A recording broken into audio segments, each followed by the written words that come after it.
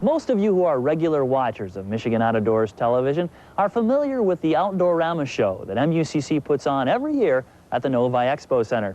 Well, this year, one of the exhibitors will be well-known duck hunting guide and decoy maker Lou Tisch. Lou Tisch has a certain style. You can see it in how he hunts ducks and how he makes decoys. He does neither in what you'd call the traditional sense. Most of us hunt puddle ducks and diver ducks from a blind or a layout boat. Lou likes to hunt by sneaking up on ducks using a two-man scull boat that hugs the water, sort of a cross between a canoe and a layout boat.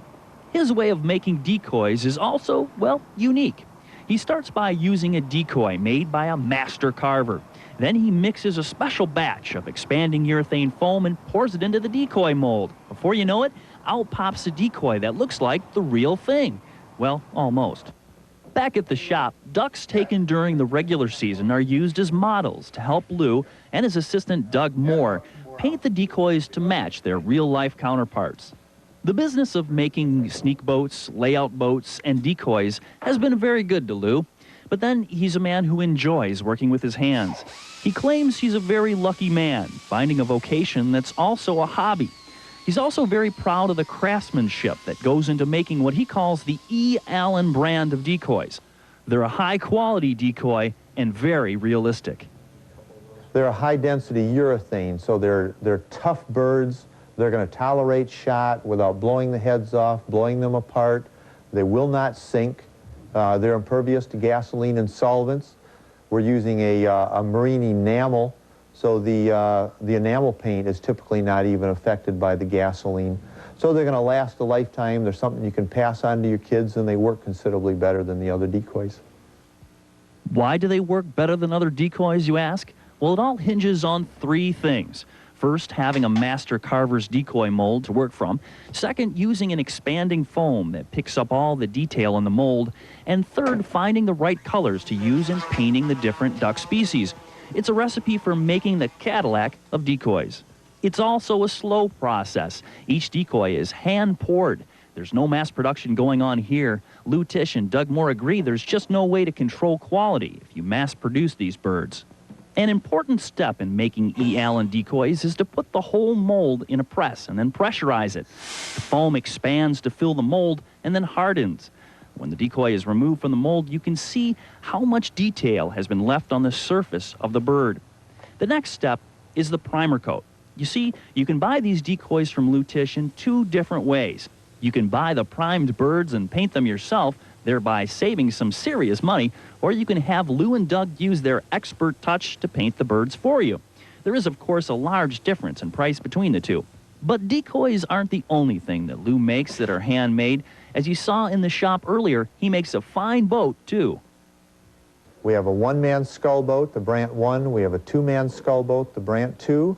We have a two-man marsh and layout boat called the South Bay Scooter that's done in the style of the Barnegat Bay Sneak Box. And then we have a large two-man pumpkin seed style of Lake Erie layout boat called the Whistler. Those are 4 boats that we manufacture. They're all out of hand-laid fiberglass construction. Probably our favorite boat is the Brant 2, and this is used for a particular active pursuit or style of sneak shooting.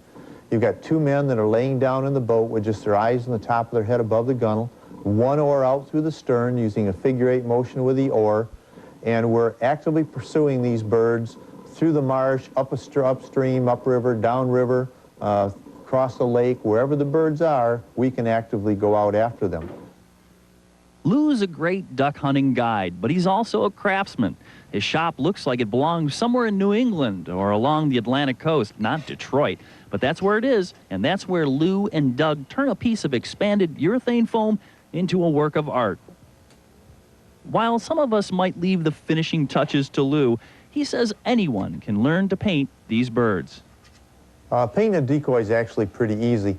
The thing that keeps most people from doing a decoy of their own is there's a ton of work that goes into carving a decoy, and then people are too worried about screwing up that carving by painting it. So with our birds, they get all the hand carving detail that they would want to put into a bird that they were doing for themselves. They haven't put any work into it, though, so they can put as much work as they want into the painting. If they screw it up with their first attempts, they can just reprime it and start again. And we have books available. We have painting videos on painting drakes and hens. So we can take you right from a step of the unpainted bird through prepping it and close on, almost one-on-one, showing you exactly how to paint the bird. The worst job that you would do is typically better than any plastic bird that you would be able to go out and buy. A comforting thought for anyone brave enough to take the challenge of painting one of these decoys.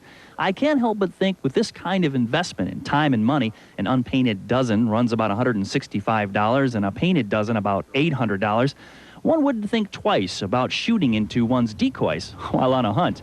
Still, who can put a price on the beauty of seeing a flock of mallards locking up and landing amid your decoys, completely bamboozled by the art and craft of Lou Tisch?